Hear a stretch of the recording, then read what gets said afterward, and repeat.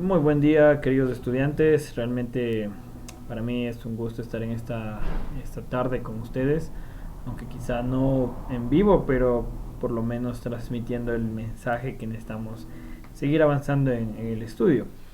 Eh, Les animo a que puedan seguir revisando su sílabo. Realmente no estoy tan seguro de si la plataforma ya está habilitada por completo. Con todo, yo esta semana voy a estar revisando algunas cosas en cuanto a la plataforma. Pero esta semana también no voy a poder reunirme con ustedes. Voy a dejarles grabando esta clase para que puedan escucharla el día de la clase, es decir, hoy en la noche o si no durante la semana. Pero es importante que sigamos avanzando con lo que requiere la materia también.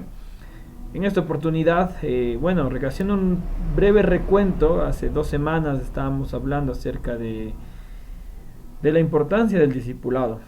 Es importante recordar cada uno de nosotros que el discipulado es una parte vital del ADN de cada creyente.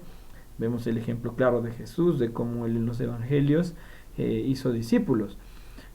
Recordamos prácticamente que gastó más de un año y medio con los discípulos y aún más fue eh, muy intencional en mostrar cómo realizar el ministerio, la obra del Señor, y aún más llevando una vida práctica, una vida de un testimonio realmente de ánimo para sus discípulos, y aún en medio de eso sus discípulos tuvieron errores, cayeron, pero Jesús siempre estuvo ahí.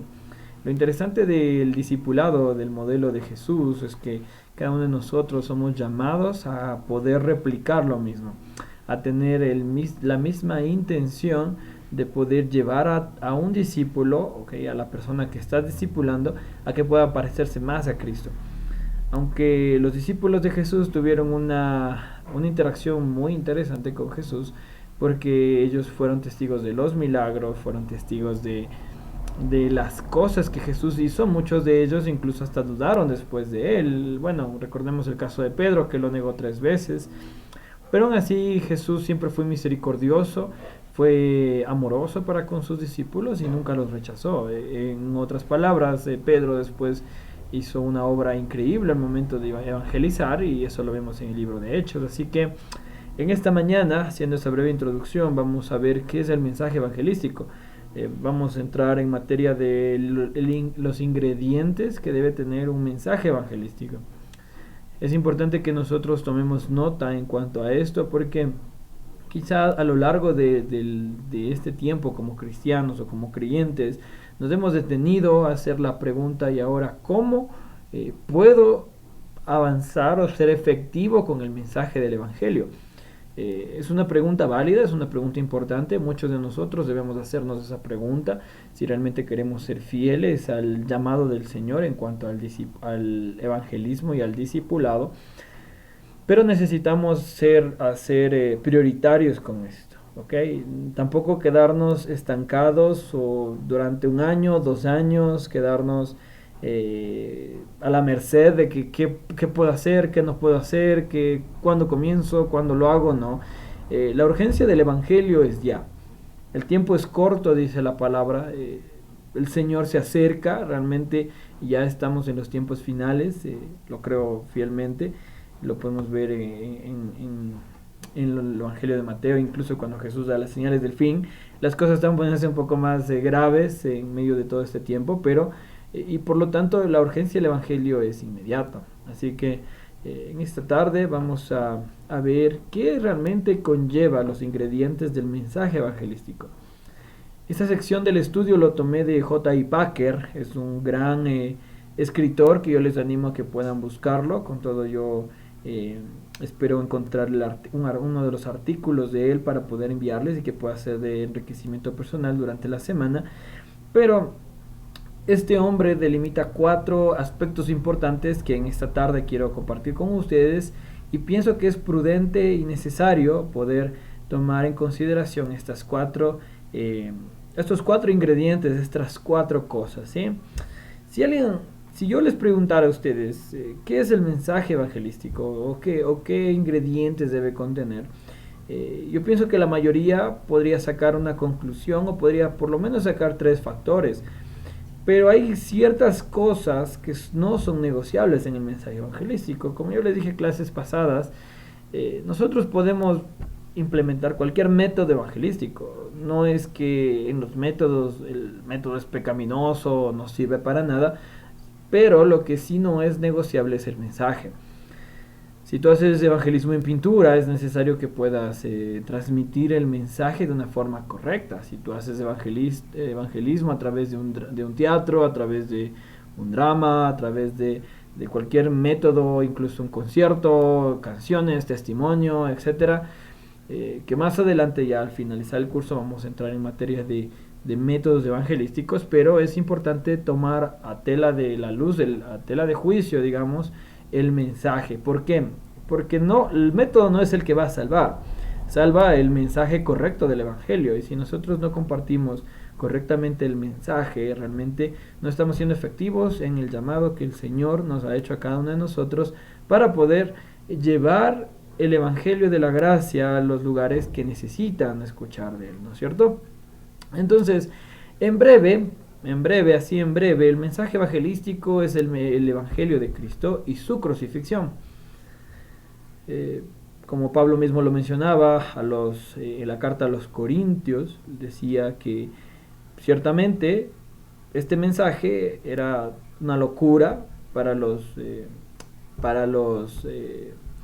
una locura para aquellos que no entendían, en este caso los griegos, porque ellos pedían sabiduría, porque entender que tu Salvador ha sido crucificado era una locura. Los judíos pedían señales acerca de esto, pero para nosotros realmente esto es el poder de Dios, ¿sí? Saber que el mensaje evangelístico es el evangelio de Cristo y su crucifixión. Es el mensaje del pecado del hombre y la gracia de Dios. ¿Okay? Son elementos cruciales que en el mensaje que tú compartes deben haber. Si no hay Cristo, realmente no hay salvación. Si no hay pecado, no puedes entender la gracia de Dios. Este mensaje también conlleva la culpabilidad humana y el perdón divino. También habla acerca del nuevo nacimiento y de la vida nueva por medio del regalo del Espíritu Santo, y es un mensaje compuesto de 4 ingredientes básicos, ¿sí? Siempre es de ese contraste. No puedes entender la gracia de Dios si no entiendes de dónde Dios te ha sacado. No puedes realmente hacer una comparativa y hacerle entender a la persona que necesita de Cristo si realmente no reconoce su culpabilidad. Es importante que nosotros hagamos énfasis en cuanto a esto. Muchas veces nos enfocamos más en que, bueno, Dios es misericordioso, Dios es amor, Dios te puede cambiar, Dios puede hacer un milagro, que son cosas válidas, pero muchas veces omitimos la culpabilidad del hombre. ¿Cómo estamos delante de Dios? ¿Cómo estamos realmente nosotros legalmente hablando delante de Dios? Y es necesario que cada uno de nosotros hagamos un stop, hagamos una evaluación a cómo hemos estado compartiendo el evangelio. Si nos enfocamos solamente en el amor de Dios y olvidamos la otra parte en cuanto a la justa ira de Dios, en cuanto a su santidad violada por el pecado, realmente no estamos compartiendo un mensaje correcto, no estamos haciendo un mensaje válido en cuanto a lo que la Escritura nos menciona. Así que prácticamente en breve es este panorama en cuanto al mensaje evangelístico, ¿sí?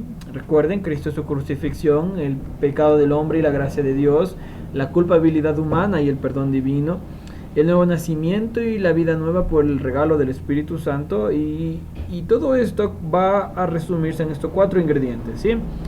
El ingrediente número 1, ¿ok? Y pueden ir tomando notas. El ingrediente número 1 es que el evangelio es un mensaje acerca de Dios.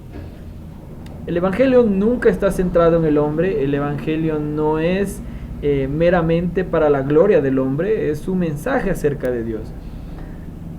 Si ustedes pueden ver desde los primeros capítulos de Génesis, nosotros encontramos que cuando el hombre y la mujer cayeron en pecado, la primera reacción de ellos al oír que Dios paseaba por el huerto fue esconderse. No fue acercarse a Dios y buscarlo a Él y en señal de perdón y arrepentimiento decir: Señor, nos equivocamos, perdónanos, sino que el hombre siempre estuvo en ese constante por el pecado de esconderse de Dios, ¿ok? De esconderse de Dios. Disculpen un poquito el sonido, mi esposa está lavando la ropa, así que tal vez no sea un poco, que no nos corte un poquito el sonido, pero la cuestión es esta, ¿sí? La cuestión es que cuando nosotros nos encontramos en Génesis, podemos ver prácticamente que Dios fue en busca del hombre. Y Dios mismo provisionó provisionó un sacrificio, ¿okay? Nosotros en Génesis mismo vemos que el resultado del pecado realmente es Dios mismo dando el sacrificio, cubriéndole con pieles al hombre, en su absurda idea de tratar de cubrir la vergüenza con hojas. Dios lo hace a través de un cordero, los cubre con las pieles, y desde ahí comenzamos a ver la gracia de Dios reflejada en cómo Él se acerca al hombre. El hombre no se acerca ante Dios, no tiene el deseo mínimo de acercarse delante de Dios, porque el pecado lo avergüenza tanto delante de Él, lo separa, crea una barrera enorme en frente de Dios, que es algo que lo limita y lo incapacita para poder acercarse delante de Dios. Así que el primer ingrediente que nosotros no debemos olvidar es que el mensaje del Evangelio es acerca de Dios. En el libro de John Piper, que van a comenzar a leer, que Dios desde el Evangelio, van a poder encontrar el panorama correcto de cómo el Evangelio realmente está compuesto, porque Dios es el Evangelio. El Evangelio no es un mensaje aislado, no es solamente un mensaje compuesto por algunas buenas noticias. El Evangelio es Dios mismo. Así que este primer ingrediente no debe faltar en nuestro mensaje evangelístico, porque si nosotros obviamos a Dios del mensaje y tratamos solamente de buscar el beneficio del hombre a través de las buenas nuevas, entonces estamos olvidando el propósito por el cual Dios nos dio a Cristo Jesús. Porque este mensaje acerca de Dios nos dice quién es Él, ¿okay? Nos muestra su carácter, el carácter de Dios, nos muestra su ley, nos muestra sus mandamientos para con nosotros, sus criaturas, y nos revela lo que debemos aún nuestra propia existencia, que por bien o por mal siempre estamos en sus manos y el alcance de sus ojos. Debemos entender que Él nos hizo para que lo glorifiquemos y para que le sirvamos. Cuando el hombre fue creado a imagen y semejanza de Dios, fue hecho de esa misma manera para que encuentre deleite, plenitud y gozo en quien lo creó. Dios no nos hizo a imagen y semejanza de las criaturas, es decir, de los animales o la naturaleza, o no nos hizo a imagen y semejanza de este mundo. Dios nos hizo imagen y semejanza de Él, y nunca nosotros estaremos satisfechos hasta cuando encontremos plenitud y gozo en una imagen restaurada en el Evangelio.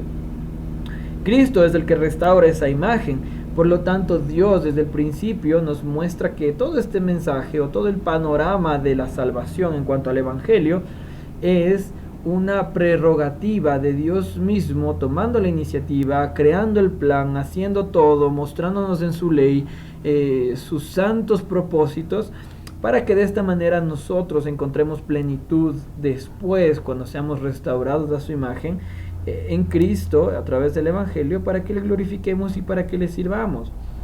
Somos creados nosotros para que hiciéramos resplandecer su alabanza y que viviéramos por su gloria. Y estas verdades realmente son la base de este mensaje, ¿okay? Y si no se entienden desde un principio, el Evangelio puede ser insignificante, incomprensible. Porque si nosotros no entendemos, ¿okay?, que cuando predicamos el Evangelio no estamos cumpliendo este propósito, porque cada uno de nosotros, cuando compartimos el Evangelio, tenemos que cumplir este propósito, ¿sí? En el libro de Génesis, siempre voy a hacer una comparativa con el libro de Génesis, porque realmente ahí está el punto central de todo, queridos hermanos. Muchas veces leemos el Génesis como una narrativa de la creación del mundo, pero obviamos muchos detalles, y eso es importante que tomemos en cuenta. El libro de Génesis nos enseña cómo Dios le da el mandato al hombre y le dice: fructificad y multiplicaos. aunque en primera instancia este mandato fue para poblar la tierra en el sentido de la relación matrimonial, una unidad firme, este mismo mandato se cumple al momento de compartir el Evangelio. Cuando tú y yo compartimos el Evangelio, estamos fructificando y multiplicándonos también. Porque la imagen de Dios tiene que ser una imagen visible en todas aquellas personas en las cuales el pecado ha distorsionado la imagen de Dios mismo. Entonces, si nosotros obviamos todos estos pequeños detalles, ¿ok? De no explicar a la gente quién es Él, cómo es su carácter, cuál es su ley, sus mandatos para con nosotros, sus criaturas, el propósito por el cual fuimos creados. En todo esto realmente el mensaje del Evangelio se puede volver insignificante, incomprensible. La gente puede decir, bueno, ¿para qué quiero esto realmente? Y si tú dices que con el Evangelio puedo vivir feliz, ya se acaban los problemas. En otras palabras, no necesitaría el Evangelio porque ahorita estoy bien económicamente, no siento que necesito algo en mi vida ahorita porque tengo una vida estable, tengo trabajo, mi familia está bien. Entonces no rebajemos el mensaje del Evangelio a una simple necesidad humana. El Evangelio no es un mensaje en el cual nosotros estamos añadiéndole a la vida de la persona algo más, como un placer momentáneo, sino que el mensaje del Evangelio es un callejón sin salida en el cual nos encontramos con Dios actualmente, con nuestro pecado, y Dios ofrece la salida. Dios en su carácter, acercándose al hombre, ofrece la salida, y aquí comienza el drama cristiano. Porque cuando uno empieza y reconoce su dependencia total, completa y perpetua en su Creador, comenzamos realmente a vivir dentro de este propósito. Si el pecador al cual tú estás compartiendo el mensaje del Evangelio realmente no entiende que necesita depender totalmente de Dios, que su vida no tiene sentido sin Dios, sin su Creador, entonces va a decir, no lo necesito, estoy bien, vivo tranquilo. Así que el Evangelio tiene que ser un mensaje acerca de Dios. Ese es un ingrediente principal que no debemos obviar. ¿Ok? Entonces es interesante. Hay un relato del el libro de Hechos, que nos menciona acerca de cómo Pablo predicaba a los judíos en Antioquía de Pisidia. Pablo no mencionó el hecho de que el hombre es criatura de Dios. Esto ya lo sabían, pues eran judíos, pues estaba predicando una audiencia de creyentes del Antiguo Testamento. De entrada comenzó hablándoles de Cristo y les mostró cómo Jesús cumplió las profecías del Antiguo Testamento. Pablo comenzaba desde el principio. Siempre Pablo comenzaba desde el principio. Este principio para él fue el establecer la doctrina de que Dios es el creador de los cielos y de la tierra, y el hombre es hechura suya. Así que cuando los atenienses, también le pidieron que explicara lo que significaba el mensaje de Cristo y la resurrección, él comenzó hablándoles de Dios, el creador, y del propósito de su creación. Es interesante porque Pablo no omitió este principio. Pablo no se dio la vuelta y dijo, como son atenienses, entonces voy a comenzar a hablarles acerca de la filosofía, de cómo Dios los ama, de cómo se expresa el carácter, no, sino que comenzó desde el principio, mostrando a un Dios creador de los cielos y de la tierra.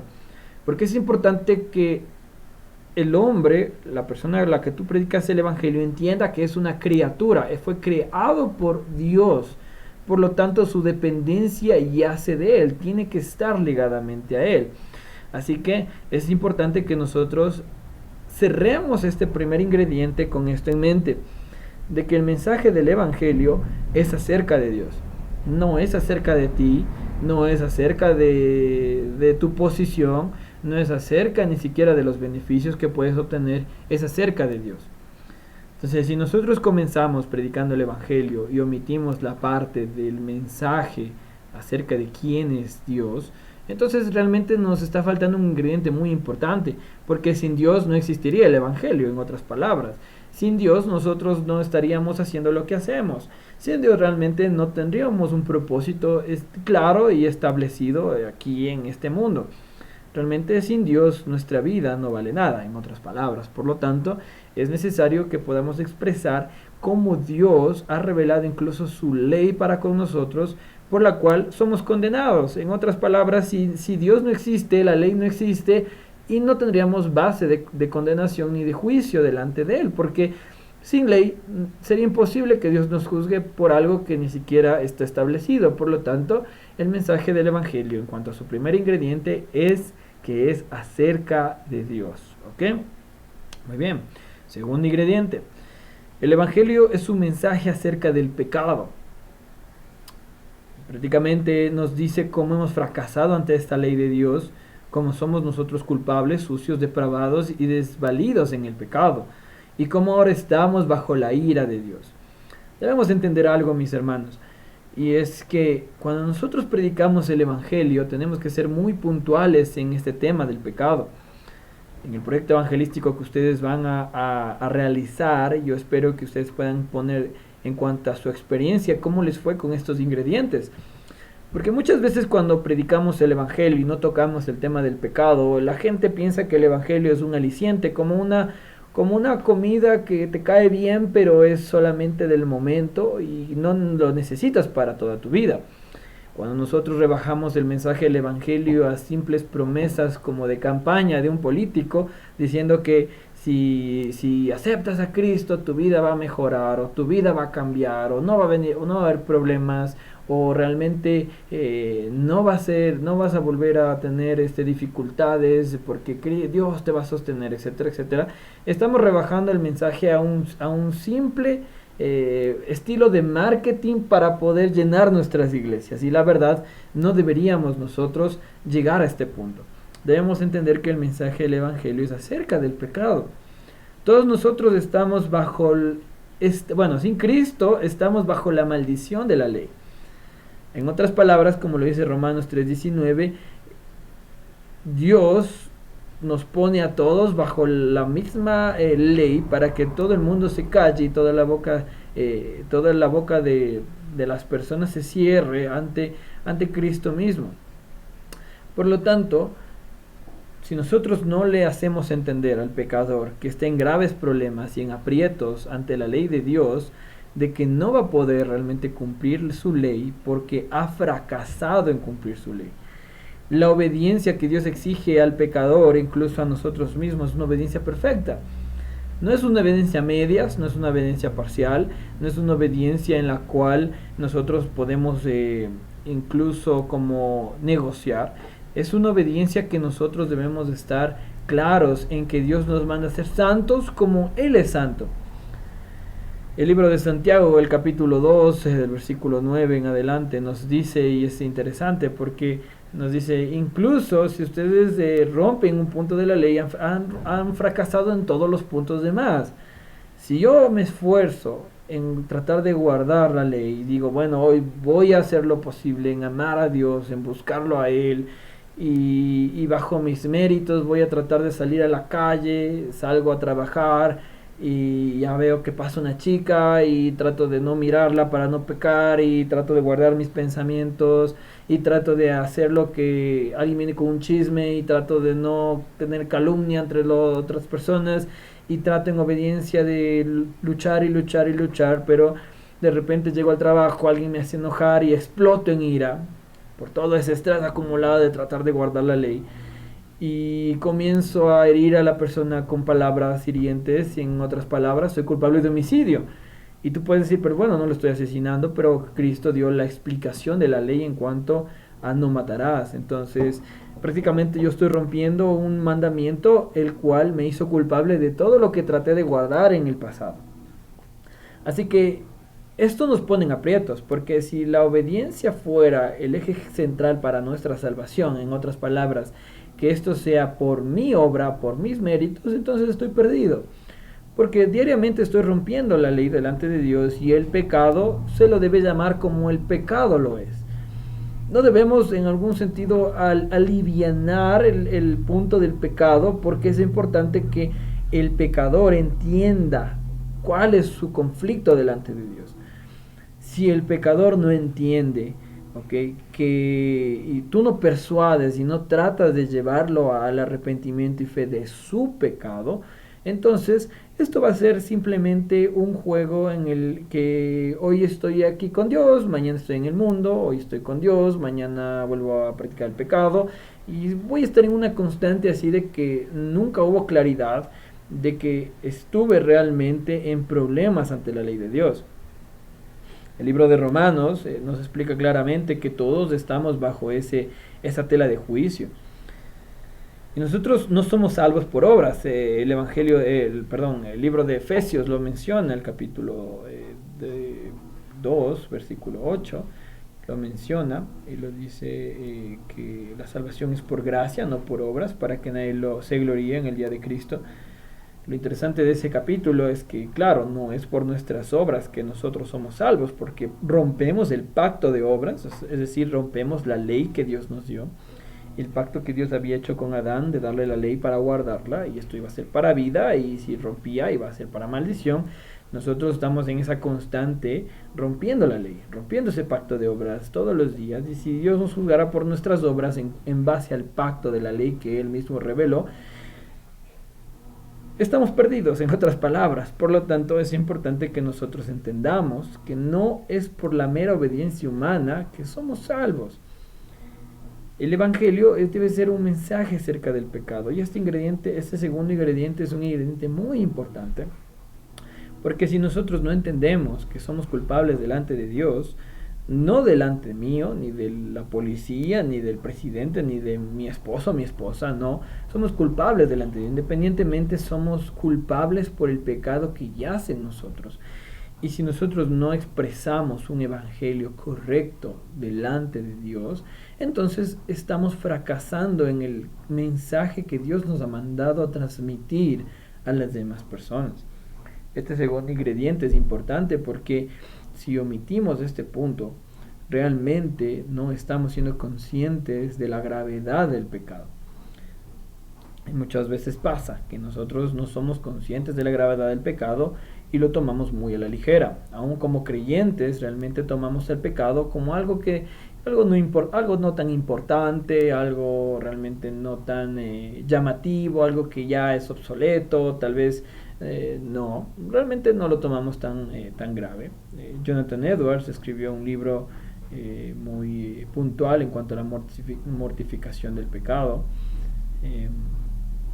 que habla acerca de cómo nosotros debemos todos los días estar en esa constante de mortificar el pecado, de matar el pecado, de tratar de luchar contra el pecado, porque el pecado es una cosa seria, no es algo solamente light o así suavecito, el pecado es algo que te puede matar día a día y quizás lo está haciendo. Así que es importante que en el mensaje del Evangelio, el mensaje evangelístico que nosotros podamos compartir, este segundo principio en cuanto al evangelio, el mensaje del Evangelio, que es acerca del pecado, sea muy puntual. ¿Okay? Entonces tenemos el primer ingrediente, que es el mensaje acerca de Dios. ¿Quién es Dios? ¿Okay? ¿Cómo es su carácter? ¿Cuál es su ley? ¿Sus mandamientos? Necesitamos entender que nosotros necesitamos depender totalmente de Él. Okay, el segundo ingrediente es acerca del pecado. El pecado nos condena, el pecado nos pone en contra de la ley de Dios, el pecado nos hace culpables de esa ley. El pecado realmente nos pone en una situación de aprietos delante de Dios. Okay, dos ingredientes importantes. Es importante recalcar esto. Okay, pero ¿cómo nosotros podríamos distinguir entre el reconocimiento auténtico del pecado y la mala conciencia natural? Okay. Hay tres cosas importantes que recalcan esta diferencia. Okay, repito otra vez la pregunta. ¿Cómo podemos distinguir entre el reconocimiento auténtico del pecado y la mala conciencia natural? Porque es muy diferente. Reconocer el auténtico mal, o sea, el pecado, enfrente de la mala conciencia, hay una diferencia abismal. No es lo mismo. Ya les digo por qué. Hay por lo menos tres cosas. El reconocimiento del pecado es saber que uno está mal con Dios, ¿ok? No solo consigo mismo o con su conciencia, pero con su creador y con su mismo sostén, ¿ok? En otras palabras, muchas personas tienen el remordimiento interno, Ok, y eso es interesante. Muchas veces el arrepentimiento lo tomamos como un remordimiento interno, pero no es así. ¿Ok? El reconocer que el pecado, ¿ok?, me pone mal con Dios en una situación difícil, no es solamente tener una conciencia de que me siento mal yo conmigo mismo. Porque prácticamente entramos, y quizá ustedes tal vez lo escuchan o lo pueden ver, que cuando un borrachito, ok, está tomado, entonado, dice, no, ya no lo vuelvo a hacer, nunca más lo vuelvo a hacer y ya no lo quiero hacer, quiero dejarlo. Ok, quizá hay una lucha interna entre él y está luchando con eso de que ya no quiere caer en el vicio, pero la siguiente semana es fiestas de la ciudad y otra vez está ahí. Entonces, la diferencia abismal es que si yo reconozco que estoy mal con Dios, entonces yo voy a tomar el paso lo más distante y voy a dejarlo, que solamente decir, bueno, me siento mal conmigo mismo, que ya no lo quiero hacer, ya no lo voy a volver a hacer, no, sino que es realmente querer salir con todas las fuerzas de esa condición. ¿Okay? Es como Pablo decía, el que roba ya no robe más. En otras palabras, esto nos tiene que llevar a una práctica de querer salir y huir corriendo. ¿Ok? Eso es la diferencia en reconocer una cosa, el pecado, y solamente tener la conciencia natural de que estoy mal. ¿Ok? Es importante. Y eso nos va a llevar a poder enfocarnos en la culpabilidad ante Dios, realmente la suciedad y el aislamiento ante Él, pero siempre es la necesidad de reconciliarse, no con uno mismo, sino con Dios. ¿Okay? Reconcíliense con Dios, decía el apóstol Pablo. Prácticamente nosotros somos llamados como embajadores a reconciliar a la gente con Dios a través del mensaje del Evangelio. No solamente a que no se sienta mal, sino a reconciliar. Y es muy diferente en estos dos principios. La segunda cosa en cuanto a esta diferencia es que el reconocimiento del pecado siempre incluye un reconocimiento de pecados. ¿Esto qué quiere decir? Un sentimiento de culpabilidad por pecados específicos que hemos cometido, en los cuales uno tiene que arrepentirse sin querer estar bien con Dios. Así fue que Isaías reconoció el pecado de la lengua y saqueo en cuanto a sus pecados de extorsión. ¿Ok? No siempre, como bien lo menciona, no siempre nosotros tenemos que caer en el reconocimiento del pecado en cuanto a un sentimiento de culpabilidad. ¿Okay? El segundo principio es que el reconocimiento del pecado siempre incluye un reconocimiento de la pecaminosidad. ¿Eso qué quiere decir? Que un reconocimiento de la naturaleza corrupta, perversa y depravada del hombre y consecuentemente una necesidad. O sea, prácticamente lo que Ezequiel llamó un corazón nuevo y lo que nuestro Señor llamó un nacer de nuevo. ¿Ok?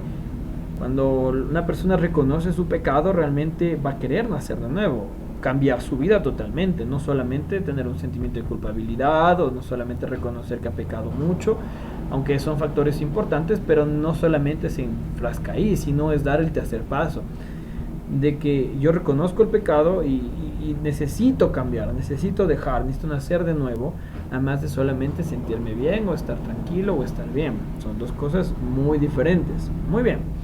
Esto en cuanto al segundo ingrediente del mensaje, ¿no es cierto? El tercer ingrediente importante es que el mensaje del Evangelio se trata de Cristo. ¿Ok? Se trata de Cristo.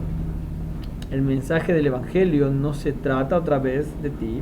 Y si vemos la secuencia, el mensaje del Evangelio es acerca de Dios, acerca del pecado y acerca de Cristo. Porque Él es el unigénito de Dios, el Dios mismo encarnado, la oveja de Dios, quien murió por los pecados del hombre, de Cristo, el Señor resucitado, el Cristo, el Salvador perfecto.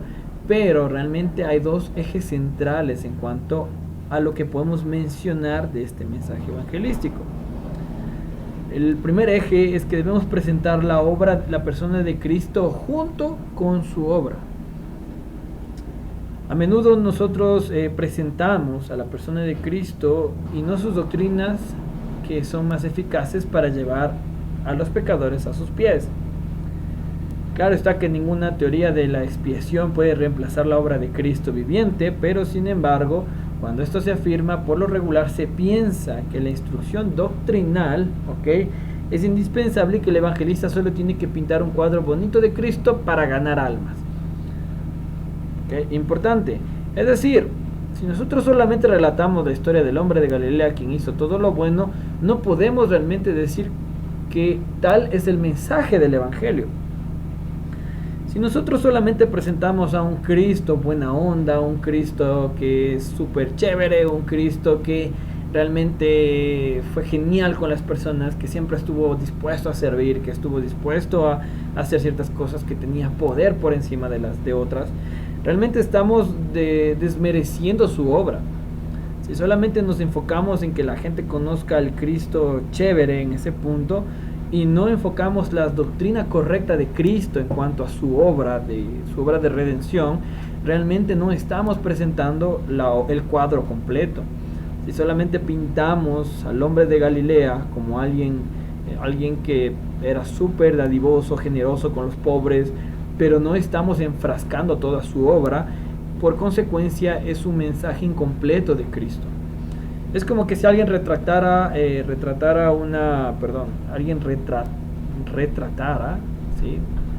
Creo que está bien. Bueno, alguien hiciera una pintura de nosotros. Si alguien hace una pintura de mí, solo va a quedar en el marco de la imagen. Quizá el pintor se va a esmerar y va a tratar de quitar mis malas facciones, tratar de cubrir los errores, para que pueda tener una imagen clara y muy buena. Pero si solamente te enfrascas en el cuadro y tú ves mi imagen, quizá tú vas a decir, bueno, parece un buen tipo, ¿okay? Se le ve bueno, no se le ve quizá que tenga algún pasado oscuro, pero si comienzas a indagar en mi vida, quizá puedas encontrar muchas cosas que te puedan sorprender. No sé si ustedes escucharon el famoso cuadro de la Mona Lisa, por ejemplo.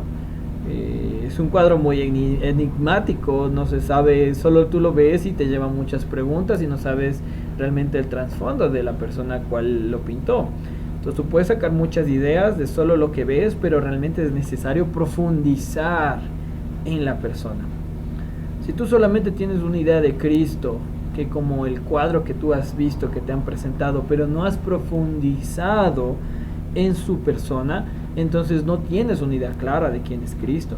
Y es importante, queridos amigos, estudiantes, que nosotros como estudiantes de Biblia podamos realmente profundizar, ¿ok? Podamos profundizar en cuanto al concepto real de Cristo.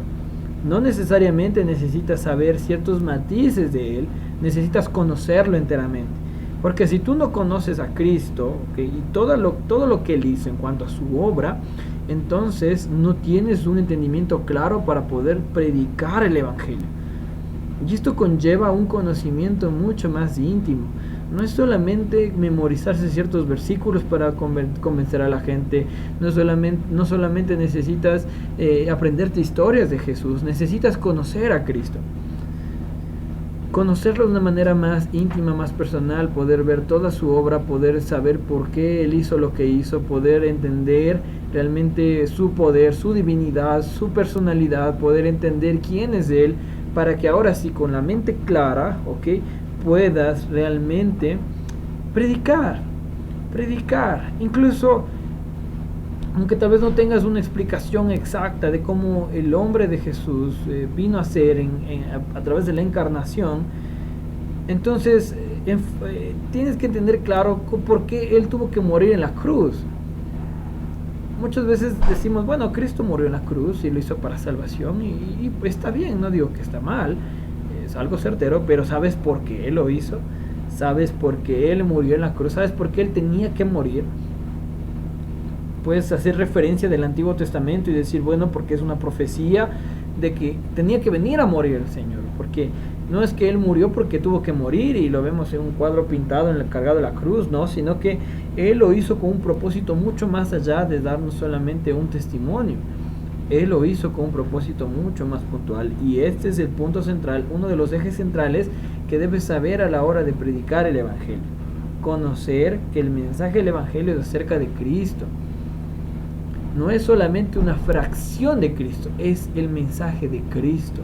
Tienes que conocer tranquilamente a todo lo que conlleva Cristo. Muy bien, el segundo eje, bueno, el primer eje del mensaje acerca de Cristo es que debemos presentar a la persona con su obra. Ahora, el segundo eje es que debemos presentar la obra de Cristo junto con su persona. Y aquí hay una aclaración, por ejemplo, que los predicadores evangelísticos y los evangelistas personales frecuentemente cometen este error. Al querer aclarar que solo la muerte expiatoria de Cristo puede salvar al hombre, han reducido el evangelio a las siguientes palabras: creen en Cristo que murió por sus pecados. ¿Ok? Solamente resumimos a esto. ¿Esto qué produce? Que la noción de la obra redentora de Cristo en el pasado, ¿ok?, y su persona en el presente. Es decir, Cristo murió en el pasado, ¿ok?, y su persona está en el presente. ¿Sí? Entonces aquí hay una pequeña disyuntiva que hay que cubrir.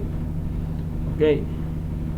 La obra de Cristo no es una mera obra del pasado que quedó hace años atrás y Cristo es el amigo personal del día de hoy. No, sino que su obra y su persona son una cosa presente, eterna y puntual. Cuando tú le dices a una persona que debe tener una relación personal con Cristo, tú no le estás diciendo solamente que se enfoque en la parte de la resurrección como una persona nada más y olvida su obra redentora. Porque el punto principal aquí es anclar su persona con su obra y hacer una sola. En el punto de que si tú sabes que la relación personal con Cristo tiene que llevarte a una vida restaurada, en el punto de que tu imagen va a ser totalmente restaurada a la imagen de Dios mismo como el Edén, debes entender que la obra redentora no es solamente del pasado, es una obra puntual. Y la pregunta sería, ¿cómo la muerte de Cristo afecta esto en el día de hoy? Por ejemplo, ¿cómo la obra de Cristo, cómo la muerte y la resurrección de Cristo afectan tu vida el día de hoy?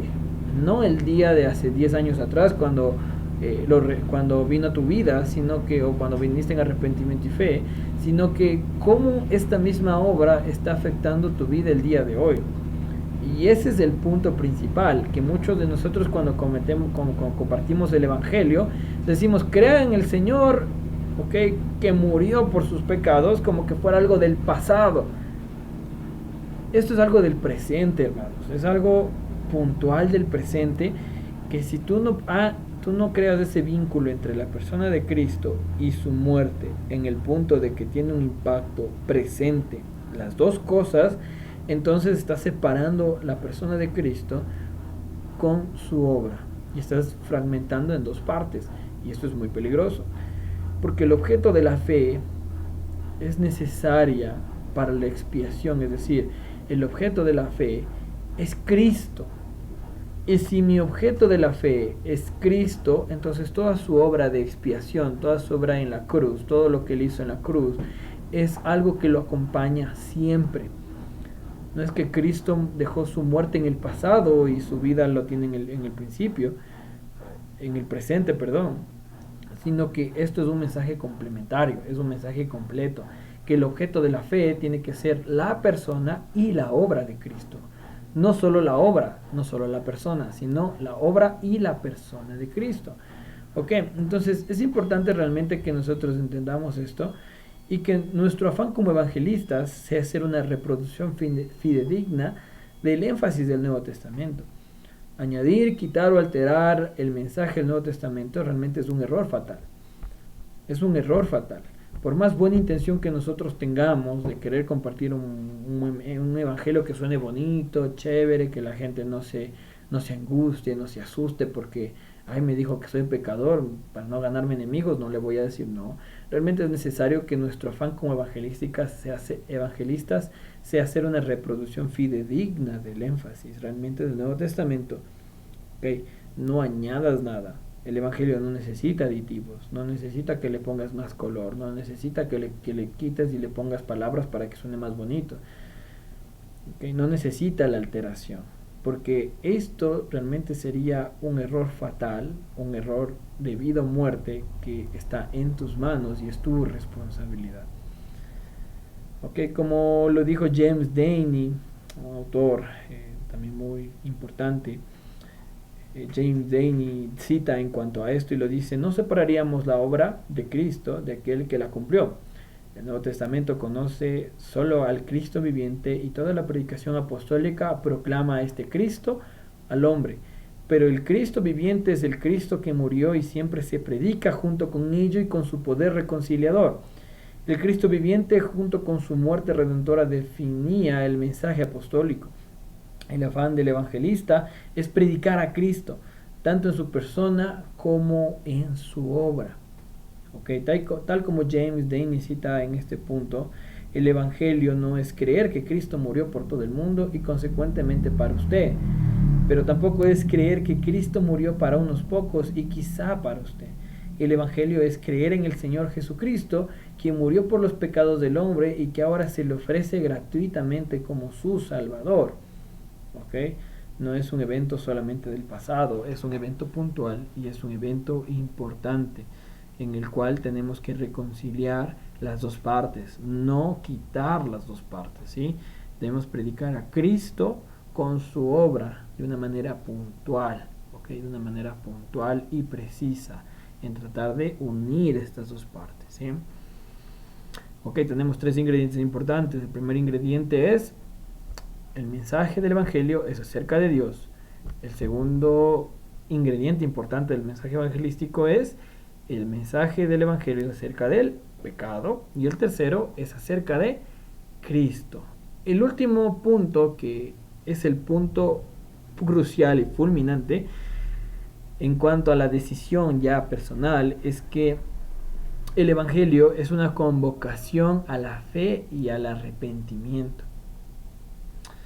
Todos los que escuchamos el Evangelio alguna vez en la vida, realmente fuimos convocados por Dios a creer y arrepentirnos. Esto no es solamente un acto de magia, realmente es en lo personal, y esto les digo en la parte personal. Yo no comparto la idea de que se haga una aceptación pública o de masas, porque en medio de que tú compartes el Evangelio, ¿okay?, en medio de que puedas llegar a la gente, puede haber gente que esté solamente emocional, puede que esté emocionada, o que se sienta culpable consigo mismo, como vimos acá, pero que todavía no tenga un reconocimiento del pecado total. Puede que en medio de esa predicación tú puedas estar haciendo un excelente trabajo y te esfuerces por compartir el Evangelio, pero el punto final al que voy es que si tú y yo llegamos a un lugar y le decimos: bueno, vamos, alcen sus manos los que quieren recibir a Cristo y hagan esta oración conmigo para que no vayan al infierno, créeme que el que menos no quiere ir al infierno, o sea, pues nadie quiere morir sin Dios, todos quieren ir al cielo. Por lo tanto, el punto de levantar las manos y poder librarnos del infierno por levantar la mano no es una predicación bíblica, no es un método bíblico en el cual la Biblia misma nos enseña. De hecho, esto surgió con Charles Finney. Si ustedes investigan acerca de Charles Finney, él es uno de los que implementó este método de pasar incluso al frente, de alzar las manos en cuanto a las masas. Charles Finney es un teólogo pentecostal que en su tiempo él implementó este método en cuanto a la evangelización. Él decía: hoy es el día, por ejemplo, en uno de sus escritos, él menciona y dice que hoy es el día en el que el Señor trajo la salvación para ti, solo tienes que pasar al frente y tomarlo. No lo veo de una manera, de una cosmovisión bíblica correcta, porque ninguno de los apóstoles hizo eso, ni el mismo Cristo hizo eso.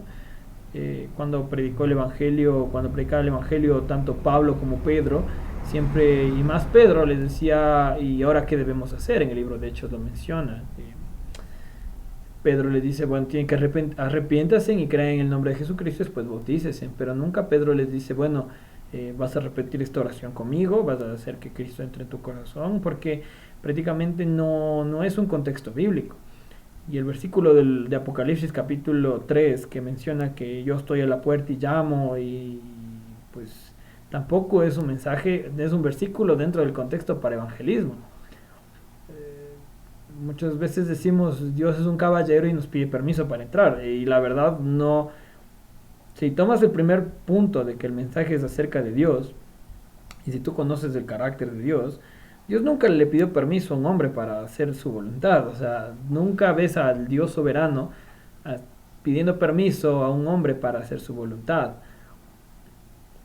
Si Dios hiciera eso, no fuera Dios, en otras palabras, porque Dios es soberano, Dios puede hacer lo que quiera, somos sus criaturas, Él es Dios, Él es el creador.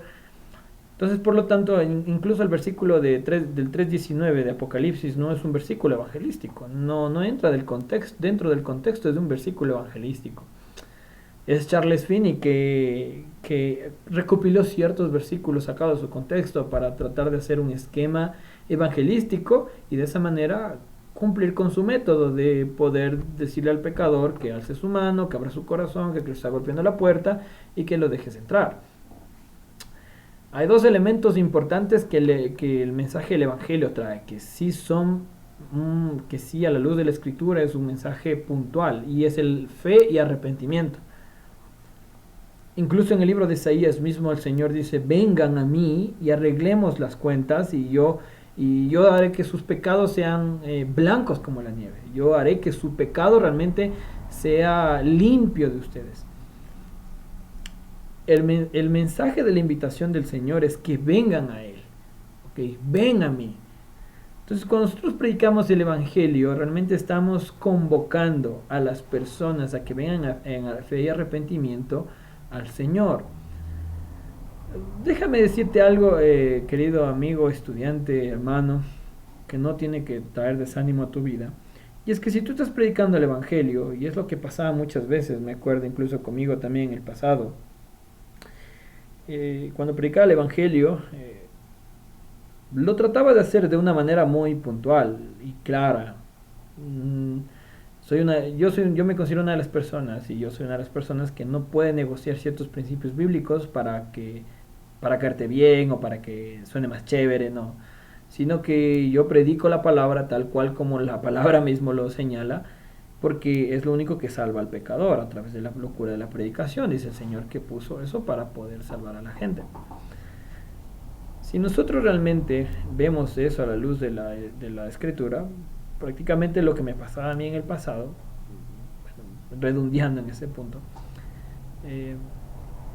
es que muchas veces me invitaban a predicar el Evangelio. Yo predicaba el Evangelio fielmente, quizá muy puntual, que traía a veces malos miradas en ese sentido, como que tal vez los acusaba a la gente en ese punto, como que no sé si la gente se sentía acusada, pero siempre llegaba al punto final de cómo hacer la invitación. Y como yo trabajaba en una iglesia, bueno, estaba sirviendo en una iglesia allá en Estados Unidos que prácticamente mantienen este método, era muy difícil como conciliar estas dos partes, ¿sí? De cómo llegar a que la gente pueda tomar su decisión con Cristo. Y bueno, dije, voy a intentarlo. Nunca lo había hecho tal así, pero lo intenté y dije, bueno, el que quiera escucha el llamado del Señor y alza tu mano y repite esta oración conmigo, y puede ser salvo. No me sentía nada cómodo, la verdad, pero lo hice y nadie alzaba la mano, literal, nadie. Y era como que me esforzaba en que la gente alce la mano, porque tiene que alzar la mano. Si no, era como fracasar en el evangelismo. Y nadie alzó la mano. Llegaba otra persona que también lo invitaban a predicar el evangelio, y era más ameno, casi no mencionaba acerca del pecado, hacía como un tipo chistes, etcétera. Crea como hasta un ambiente más amigable y familiar. Y resulta que alzaron la mano un montón. Y yo decía, pues, ¿qué será? O sea, o sea, tenemos el mismo espíritu, predicamos el mismo mensaje, pero ¿por qué con él se alzan las manos y conmigo no?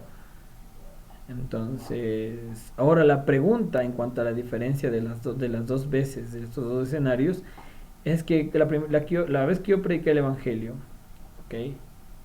Entendí que yo estaba forzando mucho a las personas a que tomen una decisión que ellos no querían, no tenían.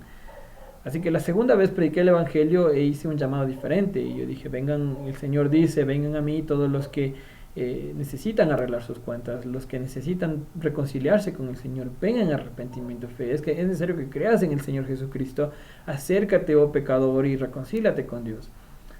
No les dice alzar la mano, no les dice pasar al frente y oramos juntos y terminamos ahí. Al final, dos personas se acercaron, conversaron y tomaron una decisión para estudiar la Biblia y ser más consistentes en aprender de Dios.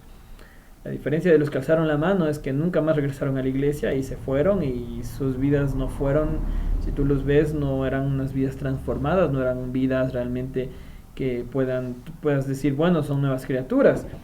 Entonces el riesgo aquí, queridos hermanos, es que si nosotros caemos en esta práctica podemos crear falsos cristianos, falsas personas con falsas esperanzas de que, bueno, como ya alcé la mano, entonces yo ya soy creyente, ya soy cristiano y ya. Entonces, y chévere, ya nunca más regreso porque ya voy al cielo, entonces no me congrego, no voy a una iglesia, vivo la vida, hago lo que quiera y al final alcé la mano, hice oración y chévere. Eso nos pasó a nosotros también allá en Texas, que fuimos a ver a un señor que tenía mal su matrimonio, estaba totalmente tenía mal su matrimonio, seguía en sus vicios y todo, y nosotros fuimos a hablar con él, fuimos a visitarle porque su esposa era miembro de la iglesia y dijo que podemos visitarle a su esposo.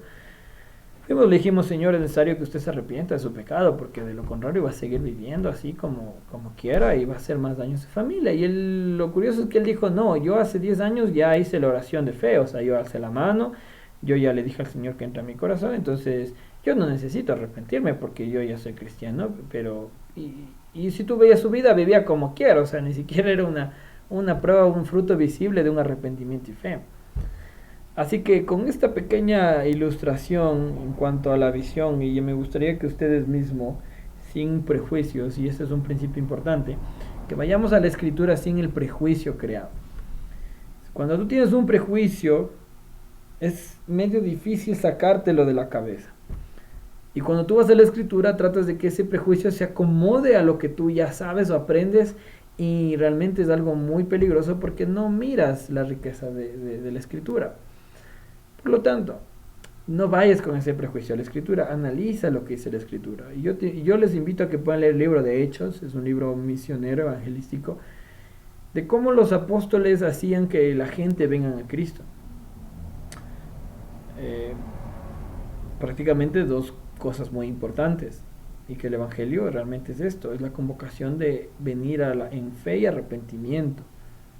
Romanos 1:17 dice, mas el justo por la fe vivirá. Esto no quiere decir que y ese es un versículo mal sacado de contexto, de que no, que tienes que servir al Señor y solo por fe vas a vivir. No, el texto claramente, en base a lo que está mencionando el versículo 17 contrastado con el 16 y todo el argumento que va a presentar en adelante Pablo, y es que la justicia de Dios se revela a través del Evangelio, en que el justo por la fe vivirá. Este es un mensaje puntual de la salvación. No es un mensaje de que sirves al Señor y solamente por fe vivirás, no.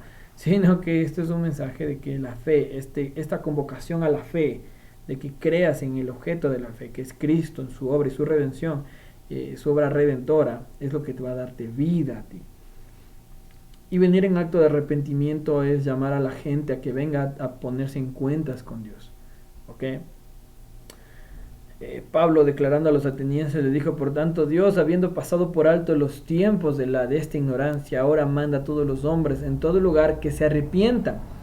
Y cuando le preguntaron a Jesús, ¿qué debemos hacer para poner en práctica las obras de Dios? Él les respondió, esta es la obra de Dios, que creáis, el acto de fe, el que Él ha enviado. Tanto el apóstol Pablo como Jesús mencionan estas dos cosas. La Biblia también declara que, y este es su mandamiento, que creamos en el nombre de su Hijo Jesucristo y nos amemos unos a otros como lo ha mandado. Creer, el acto de la fe. Arrepentimiento y fe son deberes del hombre de acuerdo al mandato de Dios. Y por lo tanto, impenitencia e incredulidad son pecados de los más atroces. ¿Sí? Son el contraste del arrepentimiento y fe. Junto con estos mandamientos universales van promesas universales a los que obedecen. De este dan testimonio todos los profetas, que todo el que cree en él recibirá perdón de pecados por su nombre. Y el Espíritu y la esposa dicen, ven. Y el que oye diga, ven. Y el que tiene sed, venga. Y el que quiera tome del agua de la vida gratuitamente. Ok, lo que menciona Apocalipsis. El Espíritu y la esposa, es decir, la iglesia, juntamente con el Espíritu, son llamados a decirle a la gente, vengan, vengan, escucha, ven arrepentimiento, ven, cree en la obra de Cristo, ven, toma agua de la fuente de la vida gratuitamente. ¿Okay? Y conocemos el texto claramente, famoso, que dice, porque de tal manera amó Dios al mundo que ha dado a su Hijo unigénito, para que todo aquel que en él cree no perezca, sino que tenga vida eterna. El mandamiento de venir en fe y arrepentimiento tiene como resultado promesas también de vida eterna. ¿Okay? Debemos entender algo también, que la fe no es solamente un sentimiento optimista. La fe que salva no es una fe no es la fe misma que yo, por ejemplo, me siento optimista de que Ecuador va a clasificar al mundial. Esa fe no me va a salvar. Incluso los católicos tienen un tipo de fe, y es que si vas a la Virgencita del Quinche te va a hacer el milagro. Es un tipo de fe, que ellos tienen fe en algo, pero esa fe no es la que va a salvar. La fe no es un sentimiento optimista, y el arrepentimiento no es solamente un sentimiento de contradicción o remordimiento. La fe y el arrepentimiento son hechos, ¿okay? Hechos, no de una parte o de un aspecto del hombre, sino del hombre en total. No es solamente que yo no solamente que yo me arrepiento o tengo un remordimiento, me siento optimista de que este año voy a cambiar, voy a dejar los vicios, voy a ser una mejor persona y tengo fe de que este año lo voy a hacer. No, tampoco es decir, bueno, me siento remordimiento en mi corazón porque dije que lo iba a hacer, pero no lo hice y me siento mal, me siento caído. No, tampoco es eso. Son hechos. La fe y el arrepentimiento son hechos que son visibles en la vida de una persona. Como tú sabes que una persona realmente es una persona que es un hijo llamado a la salvación, es que tú ves a través de sus obras, de sus frutos, el acto mismo del arrepentimiento de la fe. Es importante ver esto porque a lo largo de la historia de este tiempo, mientras estemos en este mundo, vamos a caer, somos pecadores, es nuestra naturaleza. Pero una de las características plenas de un genuino creyente es que nunca va a sentirse cómodo con el pecado. Nunca va a sentirse cómodo con el pecado. Siempre va a estar luchando contra él, siempre va a estar en dependencia del Señor, siempre va a estar dando actos incluso de arrepentimiento, demostrando una humildad correcta delante del Señor, de saber que no, Él no puede por sus méritos, no puede por sus fuerzas, y hacerlo. Tampoco la fe y el arrepentimiento no es un mero intelecto, no es solamente un conocimiento intelectual, porque la palabra dice realmente es interesante porque el texto lo menciona y dice, tú crees que Dios es uno, haces bien, también los demonios lo creen y tiemblan. No es solamente no es solamente un mero intelecto como algo que tú conoces de Dios, realmente tiene que ser un acto, un hecho real. También el texto lo menciona y dice, porque la tristeza que es según Dios produce un arrepentimiento para salvación, del que no hay que tener pesar, pero la tristeza del mundo produce muerte. Okay. La tristeza que es según Dios produce arrepentimiento para salvación, del que no hay que tener pesar, dice, pero la tristeza del mundo produce muerte. Hay dos puntos adicionales que debemos mencionar rápidamente para ir terminando, y el primero es que el mandato es de fe y arrepentimiento. No basta solamente con huir del pecado, dejar los vicios malos, tratar de poner en práctica las enseñanzas de Cristo y ser un don perfecto. Aspiración, resolución, moralidad, religiosidad no se sustituyen la fe. Martín Lutero y John Wesley tuvieron todas estas cualidades mucho antes de que tuvieran fe. Martín Lutero era un monje John Wesley era un hombre realmente de buen testimonio, pero estas cualidades no significa que un hombre tenga fe. La fe requiere una fundación de conocimiento. Un hombre tiene que reconocer a Cristo, la cruz y las promesas antes de poder recibir la fe salvadora. En nuestro evangelismo necesitamos aclarar todo esto para que los pecadores puedan abandonar toda su confianza en sí mismos y confíen totalmente en Jesús y en el poder de su sangre redentora para reconciliarse con Dios, y para esto sirve la fe. ¿Ok? Es necesario que aclaremos todo esto, que no es solamente dejar los malos vicios, tratar de ser buena persona, de que me esfuerzo, no.